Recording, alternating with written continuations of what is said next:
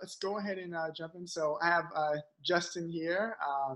He is based in Chicago, and currently now he is within the TV film space, and doing some research on him. He does a lot of different tricks of the trade. I actually saw some of your work, and it's definitely great. I'm definitely admire it. And you're also an alum of our Chicago campus, which is even better. So it's great to have an alum to be able to come back and give some insight on your time within your career. So just starting off, you can just tell us just kind of about, how you got started. What did you study while you were at Columbia College, and how did you just kind of start your career within the industry? Yeah, cool. Well, thank you guys for having me. Appreciate it. So yeah, my name is Justin Jackola. I did graduate from Flashpoint. It used to be called just Flashpoint Academy back in the day, and now it has a much longer name, as you guys are aware of. But yeah, I attended the Chicago campus.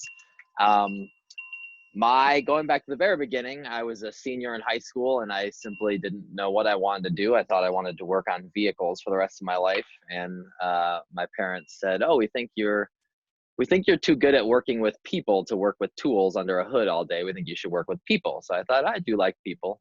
So I started looking at some other career options, and I was pretty naive. I grew up without television.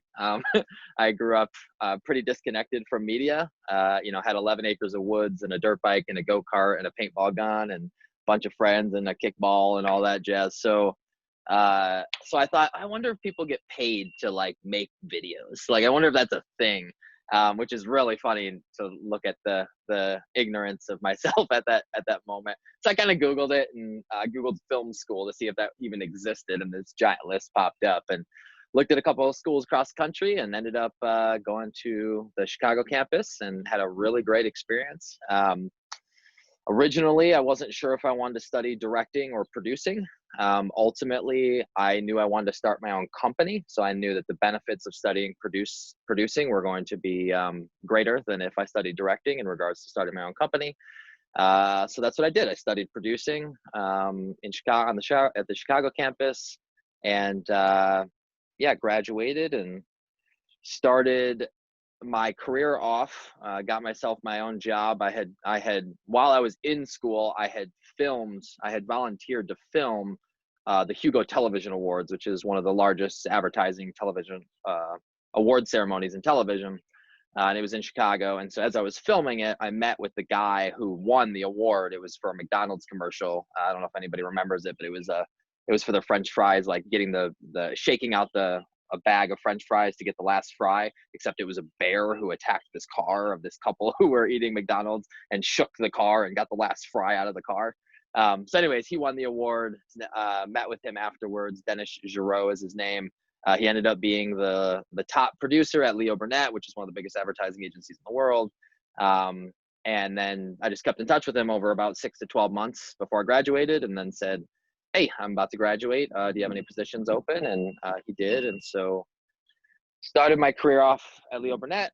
Again, I got to work with McDonald's, Coke, and Maytag Whirlpool. Those were our three big clients. As much as I enjoyed the advertising world, I really enjoy production a lot more. So the advertising, advertising agencies, they work directly with the clients, and they're the ones that hire the production teams to actually make the content. Well, I was sick of hiring the production teams. I wanted to be part of the production team as a creative. And so I shifted over that direction. Yeah, spent about however long, spent a while freelancing, commercials, features, documentaries, television series. I've always been in Chicago. I mean, I go out to LA when necessary, but the majority of my work and background has been in Chicago.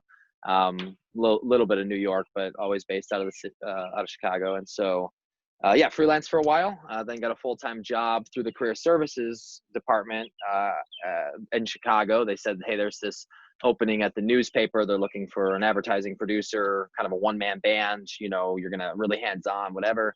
Took that job, and then after producing about 40 to 45 commercials for them, I finally said, "Okay, I feel like I now have the experience to start my own company." And so that was 8 years ago, coming up on 8.5 years where I started my own production company, JJack Productions. And so I've been doing that ever since. And we do, full service video production all the way across the board, from events to corporate to, I was just writing up the concept and pitch deck for a 30-second spot earlier, before I got on this call.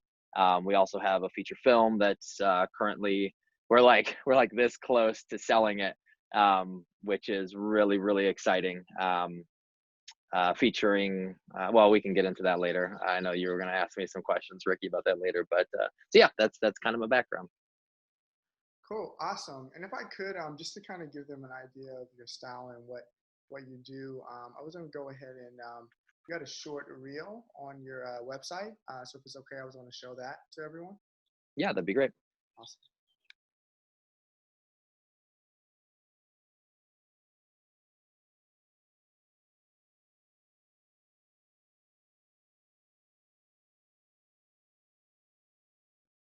Right. Can everyone see that okay, Justin? Thumbs up? Okay.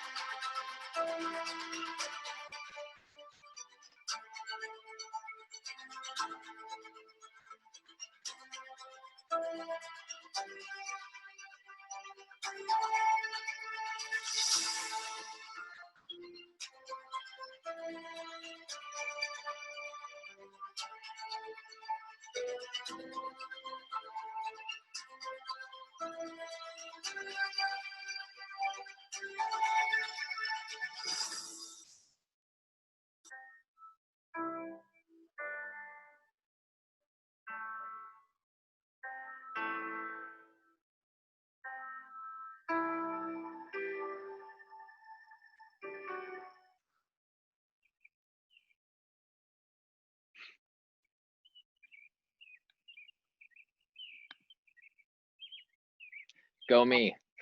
Awesome. Actually, I have a question, if people don't mind. If you guys, I see you're like actively using the chat box, which is pretty cool. What was the most memorable thing about the reel? I always want to ask people that because we're constantly updating our reel. And so was there one thing that you were just like, oh, that shot was nifty, or that made me think about this? If anybody's got anything, that'd be really cool.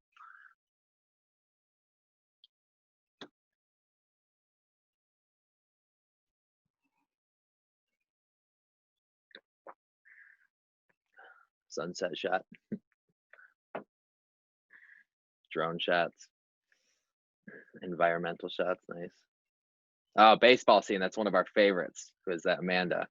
Yeah, where the guy tosses the ball behind his back. It's so simple, but in that spot that we did for that client, that was probably our single favorite shot out of the whole thing, because we did this montage for this university. It was pretty dope.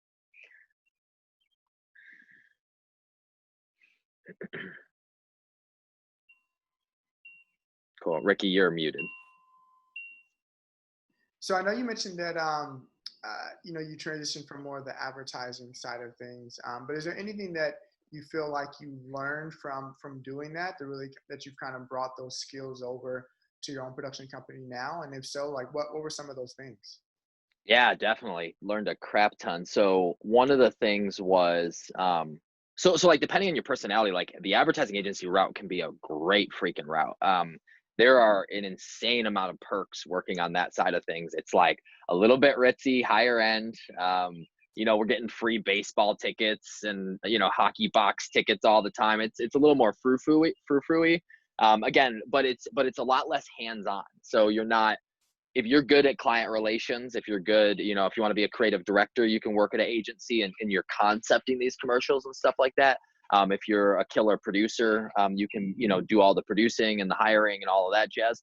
But it was like a very executive producer type role, which I didn't love personally. So, and that's just my personality, right? So, I would show up on set as an associate producer because it was like right after I graduated. So I was the tadpole, and I worked in 35 West Wacker with 1,900 people in the building, all working on different clients. So I was a tadpole, but I would walk on set, make sure nobody was dead, that the client wasn't angry, and that production was still moving, but besides that, I didn't do much. I would just show up, make sure things were running smoothly for a half an hour, and then I would dip out back to the office and go back to scheduling and doing pre-production stuff for other shoots, or coordinating post-production team or whatever. So um, and then it was interesting. I learned a lot on the back end in regards to like how they vetted production companies. That was really interesting because the client hires agency comes up with creative, client approves creative, agency then goes to production company and hires them to execute the creative, right?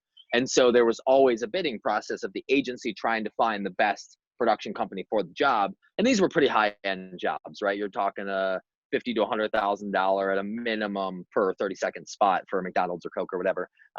And so they were big jobs, they were big gigs. And so the production companies would have to pitch pretty intensely. I mean, probably dozens, if not hundreds of hours of prep time just to pitch for these projects. And then they might not even get it, so they make, they might lose $5,000, $10,000 just on, paying people to create the pitch deck and all of that jazz. But yeah, it was interesting to see what the things that they paid attention to, the nuances. Like a really specific thing was, they really wanted to see a piece of your reel. If you were a director or a DP that they were looking for, if they wanted to see in your reel, like almost an exact replica of what they were looking for. And I don't mean a full spot, like if they're writing a new commercial, you're not going to have an identical commercial. But if the commercial is about blue cars driving through the hills of California, you need to have on your reel a car that's hopefully blue driving through some hills somewhere. Like they want to see that.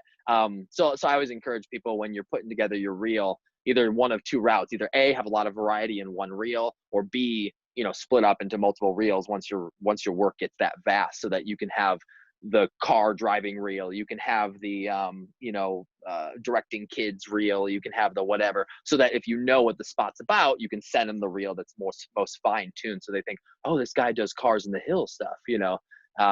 And of course there's the conversation of being pigeonholed into a certain thing, but I don't think that's as much of an issue as it used to be. But it's also not bad to be pigeonholed, because you can make some good money if you get known as the guy or the girl that does X, Y, or Z.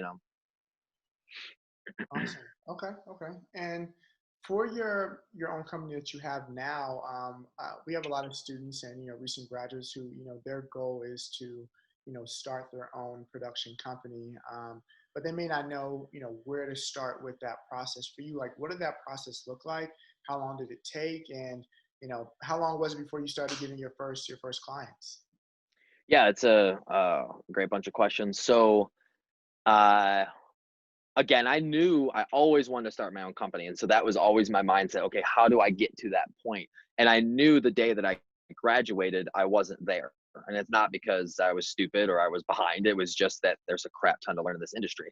And I also, again, have had no background in film whatsoever. So I said, okay, I need to get some experience under my belt after graduation. Like, networked my butt off while at school, met with as many people as I could, went to as many events as I could, learned technically as much as I could in regards to every category. But then when I graduated, I was like, okay, I there's no way I could do this on my own yet, at least not very successfully. And I got married 3 months after I graduated, so I needed to pay the bills, right? And so after 2-ish years of doing my own thing, again, what I had described as my background before, working for Leo Burnett, freelancing, and working for the Northwest Herald, it took me 2 years of that experience to say, okay, it's 2 years after graduation, I'm now ready to start my own thing, right? And what that looked like for me was, I knew that I was going to be transitioning out of my full-time job at the as a advertising producer at the newspaper, and so doing that commercial work. And so I had spent about 3 months preparing for that transition. It wasn't just I quit and just run off and do my own thing. I was building my website out, I was building my brand out, I was building I got business cards printed out, yeah, just kind of everything. And then I just went balls to the wall in regards to networking. I went back to that everybody that I had talked to over the last 2 to 4 years, and I just emailed every single one of them and said, hey, I'm going to be doing my own thing. Hey, I'm going to be doing my own thing. Hey, let me know if you need anything. Let me know if you need anything. And so by the time that 3 months was up, I had 8 jobs lined up. and that was because I need, again, I need to pay the bills. I wanted to make it a smooth transition. And so, yeah, I had 8 jobs lined up, and that was the start of it. And I was a one-man band at first. So it was just, I was shooting, I was directing, I was shooting, I was editing, I was doing everything. If it was heavy motion graphics, I would have a friend, or I'd hire somebody to do it. Because I can do some motion graphics, but I'm not crazy at that. And so, yeah, I did that for a couple of years. Got so busy that there's no way. I was literally working 20-hour days, editing, shooting, editing, shooting, editing, shooting, directing, concepting, writing. It was ridiculous. And so then I hired a full-time editor, Ray, who's been working for me for over 5 years now, Ray Martindale. And he then took on all the posts. Okay, well, that allowed me more free time to then do more concept creating, more shooting, more client relations. And then it just grew to the point where we needed an assistant editor. So now we have a full-time assistant editor. And then we needed another producer. So then we hired a line producer. So right now we're 4 people full time. So nice boutique, but that's kind of what we're looking for. I've had the opportunity on a couple of occasions to, sorry, somebody's hammering, to kind of jump the team up to a much bigger team. And we decided we didn't want to do that. We're going to rest comfortably, hopefully between like a 7 and 15 person team. But the smaller, the better. We want to keep it boutique. We want to be really involved. We want to be a really close knit family. So yeah, and then we just, sometimes we're hiring a crew of 20 people. Sometimes we're just going out with a crew of 3 people. It just depends on the gig and the project. So. Awesome. And kind of going back to where we talked about, kind of what skills you gained from the advertising world. Thinking about, your time at Columbia College, was there any specifically, or, what knowledge or insight did you gain there that you've kind of used throughout your career? Yeah, I mean, bloody everything, right? It's one of those things where, you can get on YouTube and you can for sure teach yourself a crap ton of stuff. But what the value really was with going, um, to the school was the networking. I mean, that was a huge aspect. And then the mentorship, of course, which is kind of in the same category. Um, but to constantly be involved with events, to be constantly involved with clubs or groups, to be, again, anytime there was an opportunity to volunteer for something, to shoot something, to edit something, to, such and such a teacher has a commercial that they're working on, and they need a volunteer to help them, do dailies or something like that in post production. And I would just volunteer for as much as I possibly could, because then when I was going to graduate, or even before I graduated, I was getting jobs from these instructors, from these mentors. They were saying, "Oh, hey, you did that free thing for me, and you did a great job. Now I've got this paid gig, where I could toss you a couple $100 to, for a day's worth of work." And then that just easily snowballs and kind of rolls into it. So, and then obviously technically, again, it's like you can, buy a camera and learn how to use it. But I mean, I took camera classes, I took editing classes, I took writing classes, I took directing classes. Um, I took, my main classes were producing classes. So we were doing budgets, we were doing schedules, the full 9 yards. So obviously on a technical side of things, we learned everything we needed to know. Yeah. So hopefully that answers your question. Yeah. And for some students, they're like I said, they're going to be starting at CCH soon. Some are currently in that process.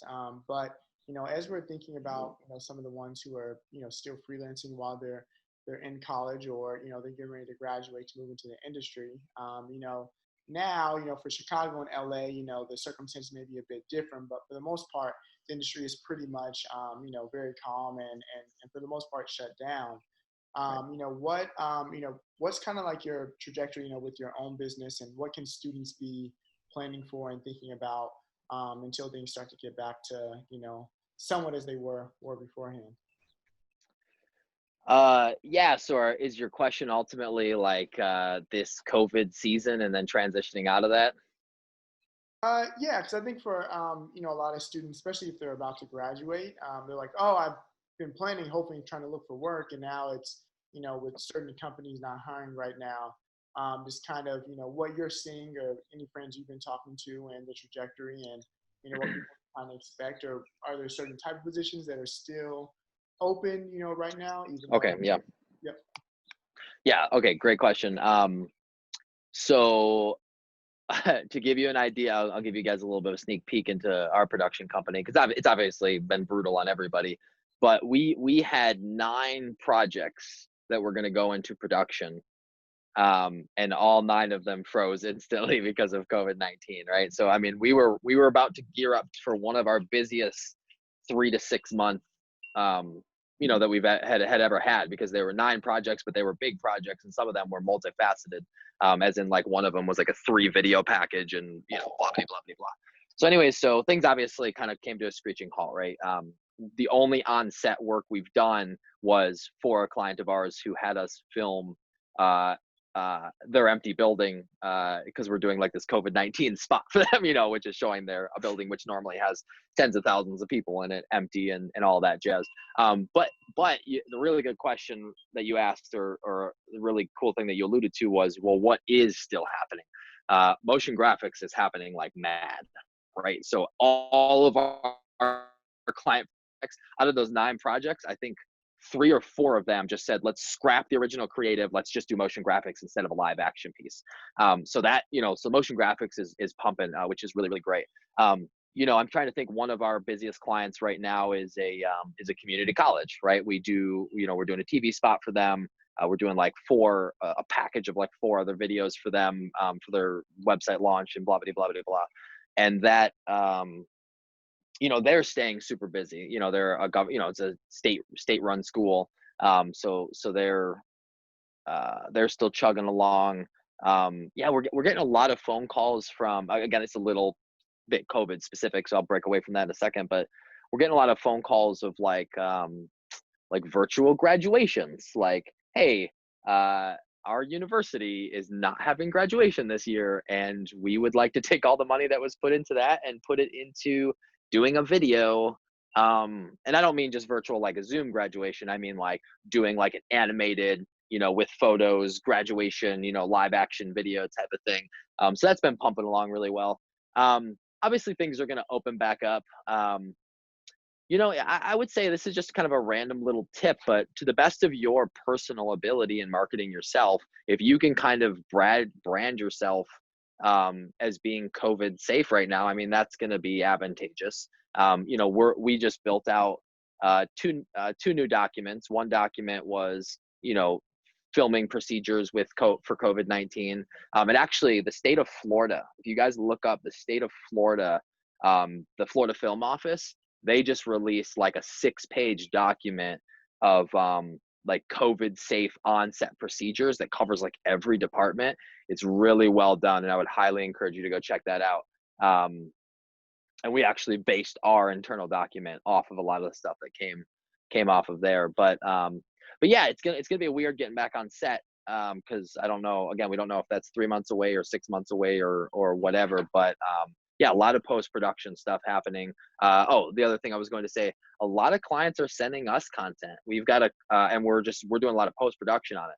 So we have clients who we would normally go on set and we would film with them. They're filming on their cell phones. They're recording Zoom meetings. They're sending us all of those clips, and some of it is complete trash, but it's just the reality of the beast. Like, yes, we'll take your money and we'll edit together these really crappy clips that you filmed that have terrible lighting and horrible audio.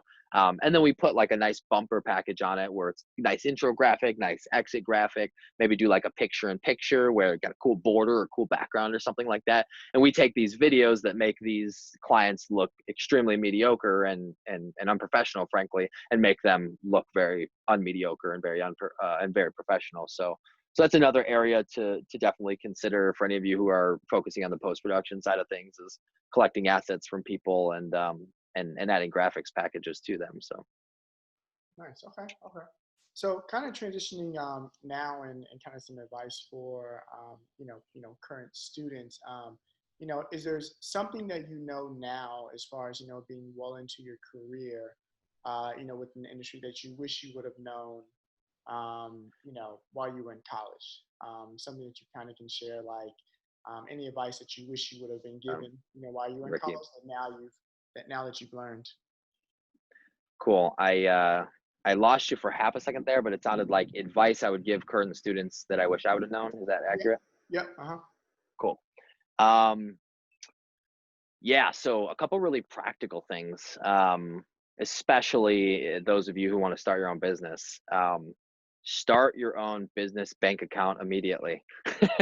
Meaning, when it comes to taxes and it comes to organizing receipts and finances and write-offs, and I made the mistake of, kind of like it was my own business and I was a sole proprietor. I didn't really start an LLC.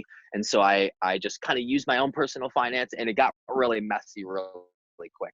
So that's a random thing. I mean, even if you're freelancing, frankly, if you want to start a separate bank account, it's not that hard. You should just start a separate bank account. Just start running all your freelance stuff through that. It just makes things a lot easier. Then you can get a debit card for that account. You can get a credit card for that account, whatever. I'm not really an advocate of credit cards, but if you have a debit card, then all the transactions are recorded, and then at the end of the year when you have to file taxes, you can just go on Chase. We use Chase. You can go on Chase and just print off a transactions list. And obviously we use QuickBooks and stuff to actually do all of our accounting and stuff like that. So if you're savvy enough to do a little bit of your own accounting and get fancy with it, then do that as well. But start your own bank account, do your accounting, be smart with the finances, just in regards to tracking things, because again, if your tax season can get really messy. Other things that I wish I would have known, be really careful with stepping on other people's toes. And what I mean by that is, if your buddy gets you a gig, don't try to grab the business card or of the client, or don't try to suck up to the client in some sort of weird way. Just respect boundaries, respect people's. Someone brings you on a gig, then give them a shout out for bringing you on the gig. I'll give you an example of what not to do. And this wasn't even right after graduation. This was in the last couple of years. We do a ton of aerial drone work, right? I almost closed down my company 4 years ago to do drone stuff full time because, I had 3 giant job offers. I've been in the drone game for a while, and so when the big, you rewind back 5 years when drones were like the hottest thing on planet Earth, I was getting a lot of phone calls, which was encouraging, but ultimately I'm a storyteller. I don't care about the technology as much, so I turned those down. But anyways, so we were shooting for NASA, right? We were shooting a drone gig for NASA in Wisconsin, these rocket launches. My company had hired out a drone operator to come on site and to work with us because they needed a 2-man shoot. And we go and we shoot it. Everything went super well. Really technically proficient guy, really hard worker, really great businessman. Afterwards, he posts on Facebook, I was so excited to fly this drone stuff for NASA with my company. And he basically claimed the job was his own. About the douchiest move you could make, in my opinion. And he basically gave me a shout out and said, and Justin Jackola was there and helped out, which was just false advertising, inaccurate, really bogus. So just be careful with stuff like that. Like, that's an extreme version of it, right? Like, I'll never work with that guy again. I tell people all the time, like, I won't mention that his name is Dave Wojcik. Like, I won't tell people his name, but it's like, I'll never work with him again, and I'll never tell anybody else to work with him ever again. And, he burnt my bridge really quick. And I had worked with him for several years, actually. There was a couple little silly things that he did that didn't really bother me too much, but that was kind of like, you just don't do that crap. So respect people's boundaries, be thankful to people, who bring you onto sets or who toss a client your way or something like that. The other practical advice I wish I knew when I was in school. This is going to sound silly, and this might not apply to all of you, but it applied to me. After my first year, I had a teacher sit me down, and she said, Justin, you need to have more fun on set. And I was like, kind of confused by it. I'm a pretty hard worker, and I take my work pretty seriously, but lesser so than I used to, in the sense of I still work hard, but, be able to play hard as well, be able to relax, be able to be personable, be able to, again, when I'm directing a feature or I'm directing a commercial, like it's just really challenging, right? You got 1,000 things on your mind. You got 1,000 questions coming your way. It's really, really stressful. And sometimes you can get caught up in that stress and not be able to just, all of a sudden you got a 10-minute break because the lighting team's doing some stuff. And instead of, chilling out and have some fun, you could make the mistake of, just trying to find the next thing to do. And again, it's good to be a step ahead of the ball game. It's good to be the hardest worker on set, but be able to be relatable and have some fun as well. So. Awesome. That was great. Want to open it up now, because I know as soon as we head back to class, so I want to open up now for any questions. So if you have any questions, definitely feel free to pop on, voice those. If you're not able to do that, definitely pop in the chat and let us know what your questions are for Justin.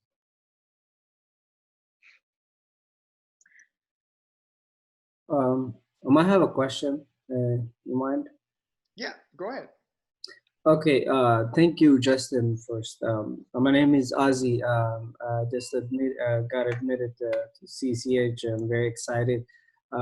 So I'm also been producing and directing commercials for a couple of clients. But my question to you, so um, um, who are the creative one when you get a client?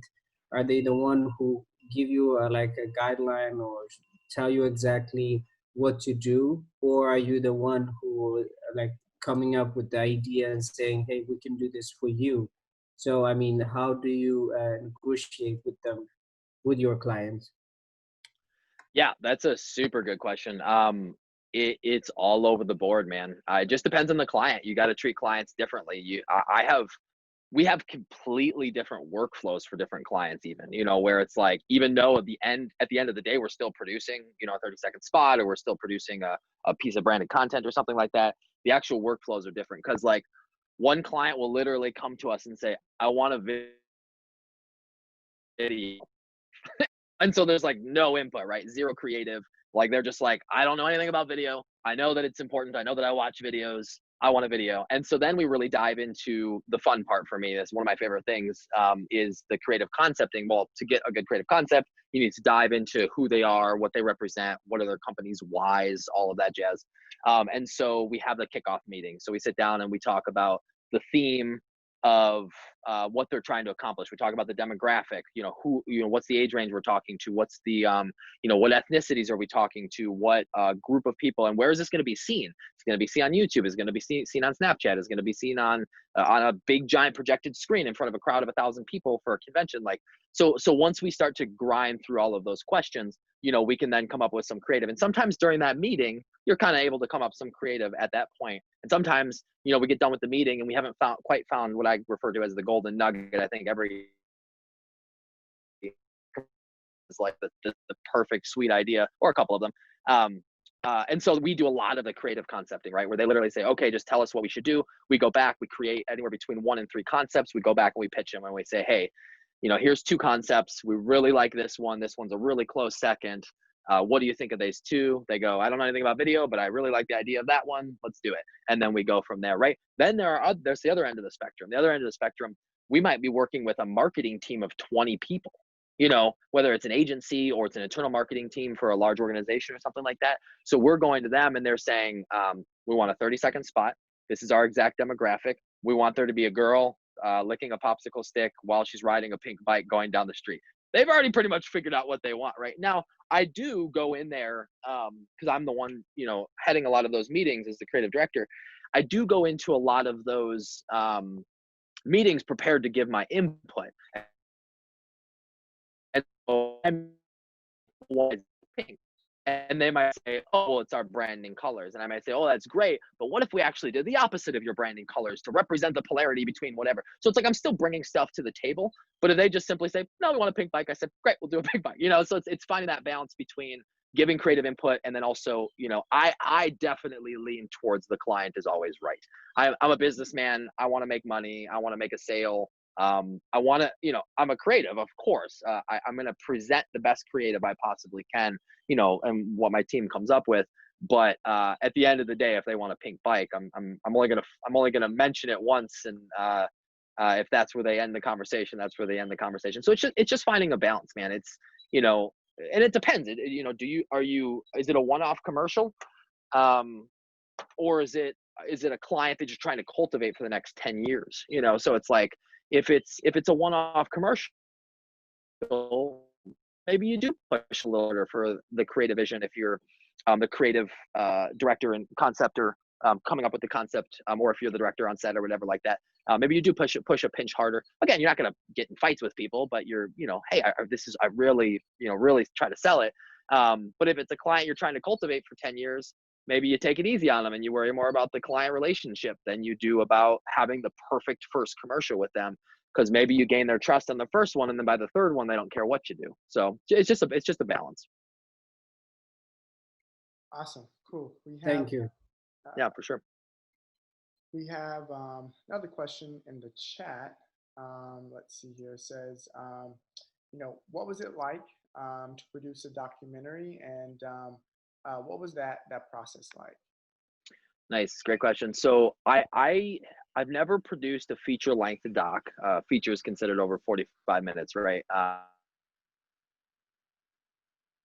But it's interesting because produced a couple like short form, kind of 20-minute long doc things kind of early on. I've never targeted docs specifically, but that being said, we do short form documentary every single day. Like whether it's a branded content piece, because a lot of what advertising has shifted from, rewind back 20 years, is it was like Marlboro Man, right? It was like you dress a guy up like a cowboy, make him look really hardcore, give him a cigarette and say, kids, you should smoke. And everyone went, oh yeah, I should definitely smoke because the cool cowboy told me to smoke. That doesn't work anymore. It's not the way that the world works. It's not the way our society works. It might work for some people, but not very many, right? Where consumers are a lot more aware, audiences are a lot more aware, and audiences are a lot more opinionated, right? So instead of us being guided by a leash, we're saying, okay, I have my own leash. Who can I tell what to do, right? So the consumer leads the conversation. So with that happening, a lot of the commercial work that we do, a lot of the short form branded content work that we do ends up being these mini documentaries, right? Whether it's something more formal, like we're going into a company and we're interviewing the CEO and we're filming B-roll of the office space, or it's something a lot more creative and fluid where we're doing a stunt video in the middle of Times Square, and we're setting up a box with a big question mark on it and have people approach the box, and we're filming hidden camera stuff. So there's this, so we do a lot of doc work in that sense. But what's it like? A couple small things that some of you guys might already know, but it's like, obviously, it's a lot. You prepare as much as you possibly can. You try to find as many storylines as you can. But ultimately the footage is going to tell you what the story is, right? So it's like, once you get in post-production, that's where the work really happens. Small, random, but specific, tip I would give is, don't be afraid to do transcriptions, and don't be afraid, hire a transcription company. It can be really exhausting to go through hundreds and hundreds of hours of footage, especially something long form. It could be thousands of hours of footage if you're shooting a long form documentary. If you get it transcribed and it's all in text form, it's a lot easier to build a story out of that. So if you have, let's say, 200 pages worth of text of, written versions of the interviews that you already filmed, it's a lot easier to go back and rearrange those things via time code and stuff, and then hand that off to the editor versus watching that footage over and over and over again. Yeah, I don't know. I could talk about 1,000 things in regards to documentaries. So if there's anything else specific that I didn't, if I missed the mark on that question, just let me know. Cool. Then we have another question from Amanda. So, what is well, before I do that, Jordan had a follow-up for the documentary, so we stay on that. So what's the transcription process like? Right. So transcription process is, well, it depends. But typically what we do, because we don't want to spend the time transcribing, because that also takes time, is we hire a third-party company to do it. So if you just literally type into Google transcription company, you'll come up with a bunch of stuff, and it'll usually say like $1 a minute or something like that, or $1 a second, or whatever it comes down to. So it can be one of two. Well, it can be many things, but one of two main things. One, and what we do a lot, is we'll finish a commercial. We'll have a 30. So let's say it's 2 minutes long, right? And it's voiceover driven, right? No, it's a bad example. So let's say it's a mini doc piece. It's a branded content piece. So we've got all of these tons of interviews. So we will take those interviews. We'll do a really quick edit on them, meaning we'll just take out the junk. Like we'll cut out the interview we're talking. We'll cut out the heads and tails of the clip, and we'll just have the meat and potatoes, and then we'll export that. We'll send that to the transcription company. They'll take that video, they'll take their team, they'll type up word for word exactly what's in that interview. based on the clip that you sent them, they'll send you back that text document, usually with time code, right? So it'll say, okay, from 1 to 10 seconds, the girl says these 2 sentences. From 10 to 20 seconds, the girl says these 2 sentences. So now, again, you have that full written out dialogue. So if the video is supposed to end up being 2 minutes long, and you've got, again, 2 hours of footage, it's a lot easier to be able to, go through and see what was actually said and put themes together and concepts together and a storyline together actually based on that. And then the other half of that is, if the project gets finished, sometimes you need the transcription, not only for internal editing purposes, if you need to make any changes or anything like that, but also for like closed captioning and stuff, right? So, transcribing and closed captioning are darn similar, but they're used differently. So yeah, hopefully that answers that question. Cool. So we have one final question from Amanda in the chat. It said, "What was your craziest experience you've been in that you're so grateful that you got to be a part of?" Oh, buddy, I got a couple, guys. Okay, we'll start with crazy, because crazy and wanted to be part of it can be two very different things. We'll start with crazy. I was filming, I was working on the show Secret Millionaire. We were filming in Gary, Indiana, which at one point was the murder capital of the United States. It is now in second place, I think, but not a very good town. It was about 11:30 at night. I was watching some equipment vans, and all of a sudden, there's a crew of about 25 people, maybe. It wasn't quite that big, 15 to 20 people. They were filming inside of the house, doing the night scenes for his reality television show about a millionaire who pretends not to be a millionaire and goes and basically donates a bunch of money to these beautiful causes all around the country, right? It's on ABC. So I don't know if it's still on anymore now. This was a number of years ago, but 11:30 at night, by myself in the equipment van, just chilling out for an hour or two while they wrapped up filming that scene. I hear a scream at the top of a girl scream at the top of her lungs like she's being murdered. I get out of my car and turn around, and there's this girl laying lifeless in the alley while this random Jeep pulls away. That was crazy. You asked for a crazy story. I'm giving you a crazy story. So I'm like, what in the F is going on? So I go walking towards this girl to make sure she's not dead. And again, this car was, I pulled away by this point. And as I get, it's probably about 100 yards away. Once I got about probably 10 or 20 yards, she actually stood up and she went and leaned against the house that was probably about 10 feet away. And I walked up to her and I was like, "Are you okay?" And she just looked at me like I was a ghost. It was a very eerie experience. And I had called security. We had a security team with us. Their walkie-talkies were off because they didn't know how to do their job. And so I said, "Are you okay?" And she said, "Who are you?" I said, "I'm just working in the area. I heard you scream, and then I saw you lay there lifeless for a solid 30 seconds to a minute. Like, are you stabbed? Are you bleeding? Are you hurt? Like, what is happening?" And all of a sudden, this guy comes out from behind this fence, like 15 feet away, and he looks at her, and he looks at me, he looks at her, and he just takes off running after me like he's gonna kill me. And I go, I take off running, and again, this is all on set experience for my life, and she's yelling, "No, Pablo, no, it wasn't him, Pablo." And then security, I ran faster than the guy, so I got away from him, ran to security, and then it was a big hoopla and whatever. So basically, there was a prostitute that got beat up and thrown into an alley, and then her pimp came out and thought that I was somehow hurting her or I somehow did it. But yeah, that's set life for you. And actually, on that same shoot, there was so actually, I take back what I said earlier. I'm really glad I was a part of that experience because life's short, right? Like I got to experience something that the vast majority of the world will never experience, being chased by a pimp in the middle of the night through the murder capital of the United States.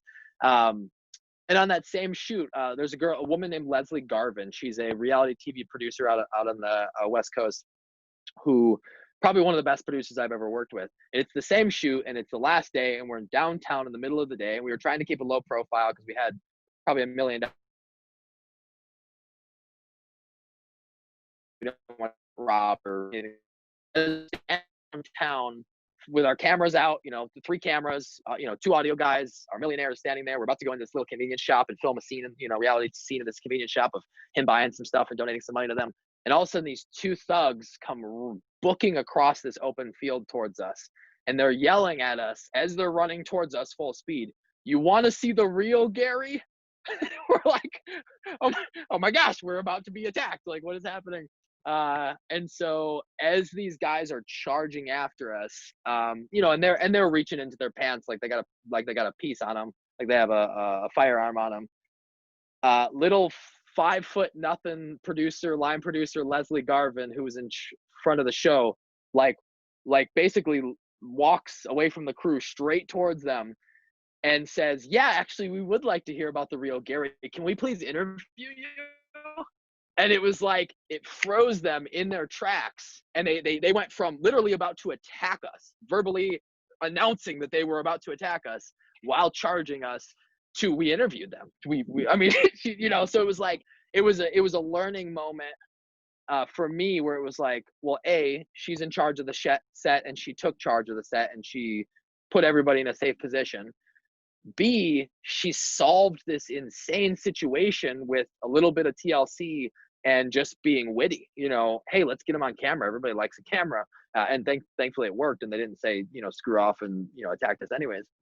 But yeah, we ended up interviewing them, and man, their backstories were crazy. Yeah, that was, I don't have to go into that too deeply, but I do have to say the main guy, there was like basically this, the Shaggy, you know, from Scooby-Doo character, like the tall, lanky pothead. And then there was like the short, squat, mean guy.